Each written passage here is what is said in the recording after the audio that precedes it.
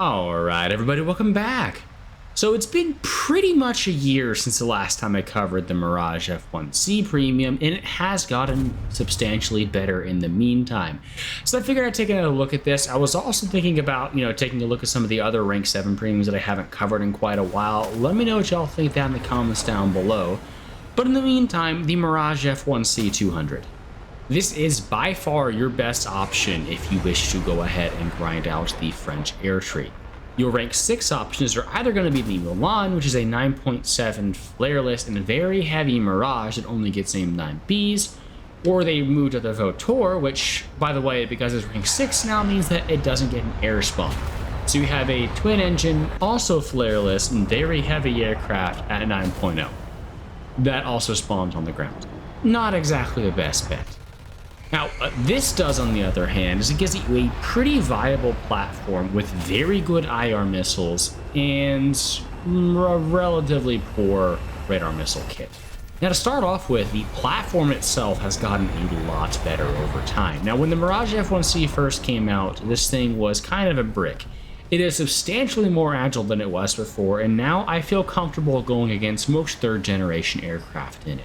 A competent MiG-23 ML series pilot should still be able to relatively easily take you out, but besides that, pretty much every other third gen, especially all the Phantoms that you'll be fighting, like your F4S players right here, you will have no issues comfortably going toe-to-toe with them in a dogfight.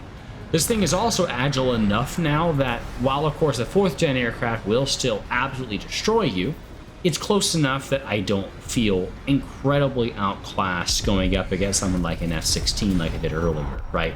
You saw at the beginning of the clip, I was able to reverse 2 F-16s, and sure, the pilots weren't exactly the best, but still having the ability and the agility to actually pull something like that off leaves us in a pretty alright spot.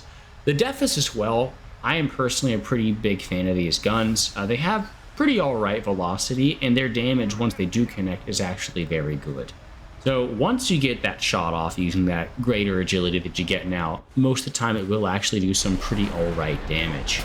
Now, I said earlier that the radar missiles weren't exactly great. This thing gets the R530F, and those have a pulse seeker head. So for those of y'all who don't know, a pulse seeker head is one of the 2 types of SAR seeker heads that you'll find in War Thunder, the other one being CW. And pulse is just all around worse. In general, it is going to go for chaff much more easily, in most cases immediately. It also loves to just randomly lose lock like you're seeing right here. The R530F kinematically was totally capable of hitting that shot, but it just actually refused to target it.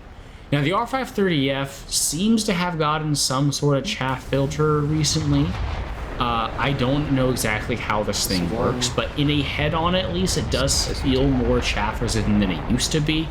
For the most part though, if people are chaffing, it's still generally not going to be connecting, and it's certainly not nearly as reliable as a proper CW seeker head like something like the R530D has, where that thing will connect every single time in a head-on with chaff. You can also bring the radar R530, but I would not recommend doing so. If you're going to be bringing an R530 on the center pylon, just run the R530E, which is that slow Chonkra 15G missile.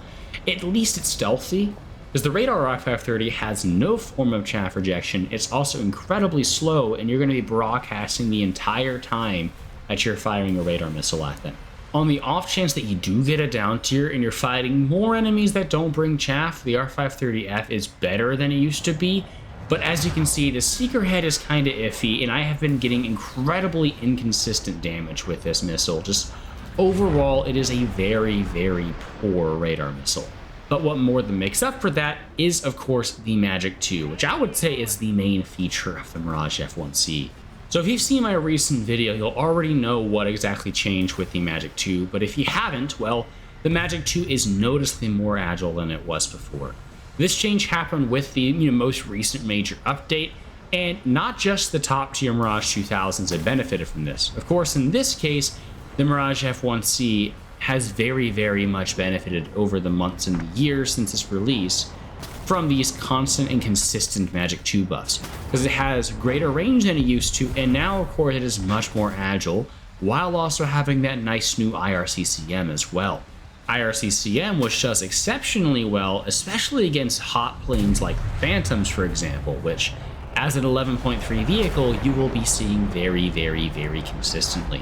By the way, I would just like to remind you, this vehicle is only 0.3 BR higher than the Jaguar which just came out. It has a much better flight model, 3 extra missiles, although their efficacy is to be desired. And it's just overall a much, much, much better fit if you do want to actually try out those Magic 2s. So of course, offense is not everything, and defense is actually extremely important nowadays, and the Mirage F1C is fairly well off. Now, it's very well off when it comes to its countermeasures. It actually has 252 countermeasures, which is a very healthy amount, even by top tier standards. I mean, remember, the F-15 has a lot and only has 240. This means you can flare pretty much as often as you want to, even with chaff, which, by the way, I would recommend running that, especially with the amount of F4Ss that you're going to run into. Side or rear aspect chaff is incredibly useful when it comes to radar missiles, although not nearly as much in a head-on. Your RWR, on the other hand, leaves a lot to be desired. So with the RWR rework, a ton of vehicles have gotten very, very advanced RWRs that'll tell you everything from either which direction they're in to, in some cases, exactly what aircraft or what family of aircraft is locking you. So with a lot of these aircraft, you'll actually be able to tell ahead of time, before they're even spotted, hey, there's an F-14 in front of me, or hey, an F-16, or whatever else may be there.